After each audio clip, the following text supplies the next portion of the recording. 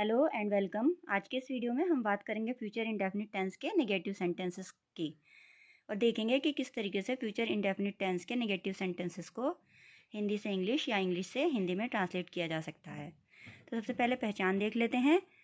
तो इनकी पहचान ये होती है कि जो क्रिया शब्द होता है उसके अंत में गा गी गे आदि का प्रयोग होता है, और क्योंकि ये नेगेटिव है तो नहीं का प्रयोग होगा इन वाक्यों में, जैसे नहीं जाएगा, नहीं खाएगा, नहीं खेलेंगे।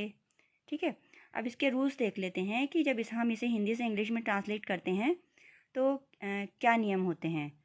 तो जैसे कि पहला अफर्मेटिव सेंटेंसेस वाली वीडियो में भी बताया था कि जो फ्यूचर इंडेफिनिट टेंस में जब हमारे सब्जेक्ट होते हैं आई या वी, तो उनके साथ जो हेल्पिंग वर्ब होती है वो लगती है शैल, और इनके अलावा जो दूसरे सब्जेक्ट होते हैं आई और वी को छोड़कर तो उसमें हेल्पिंग वर्ब लगेगी विल।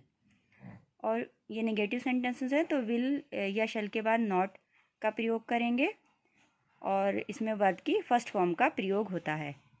सेंटेंस का स्ट्रक्चर देख लेते हैं। सबसे पहले सब्जेक्ट की इंग्लिश आएगी, उसके बाद उसी के अकॉर्डिंग विल या शैल का प्रयोग होगा, यानी सब्जेक्ट अगर आई या वी है तो शैल लगा देंगे, अदरवाइज सब्जेक्ट के बाद विल लगाएंगे। फिर उसके बाद नॉट का प्रयोग होगा वर्ब की फर्स्ट फॉर्म, और वर्ब की फर्स्ट फॉर्म के बाद अगर सेंटेंस में ऑब्जेक्ट होगा तो ऑब्जेक्ट की इंग्लिश लिखेंगे, और फिर उसके बाद बाकी जो सेंटेंस होगा उसका इंग्लिश में ट्रांसलेशन करेंगे। एग्जाम्पल देख लेते हैं। तो ये पहला सेंटेंस है, हम कानपुर नहीं जाएंगे। तो इसमें सब्जेक्ट क्या है, वी। तो मैंने बताया था अभी कि वी या आई के साथ शैल का प्रयोग होता है, तो वी के बाद हम शैल लगा देंगे और उसके बाद नॉट आना है तो वी शैल नॉट। अब इसमें वर्ब है जाना, जाने को इंग्लिश में बोलते हैं गो, तो गो की फर्स्ट फॉर्म गो आ जाएगी, we shall not go to Kanpur. Object कोई नहीं है, बाकी का सेंटेंस कंप्लीट कर देंगे, we shall not go to Kanpur. Next sentence है, रेखा ये उपन्यास नहीं पढ़ेगी।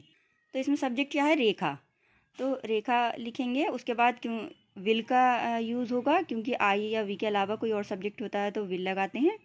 रेखा के बाद विल का यूज़ करेंगे, फिर निगेटिव में है तो नॉट लगा देंगे, रेखा विल नॉट। अब इसमें वर्ब क्या है, पढ़ना, पढ़ने को बोलते हैं रीड, और फर्स्ट फॉर्म रीड रहेगी। और ऑब्जेक्ट क्या हो गया, क्या नहीं पढ़ेगी, तो वो है उपन्यास, और उपन्यास की इंग्लिश हो गई नॉवेल।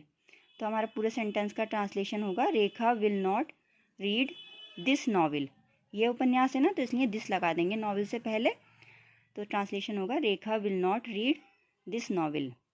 नेक्स्ट सेंटेंस है, मेरे पिताजी आज दफ्तर नहीं जाएंगे।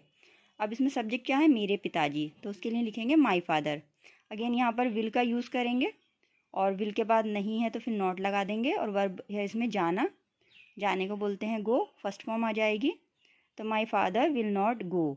अब इसमें आगे का सेंटेंस कंप्लीट कर देंगे, my father will not go to the office, और आज के लिए आ जाएगा टुडे, तो ट्रांसलेशन हो जाएगा my father will not go to the office today.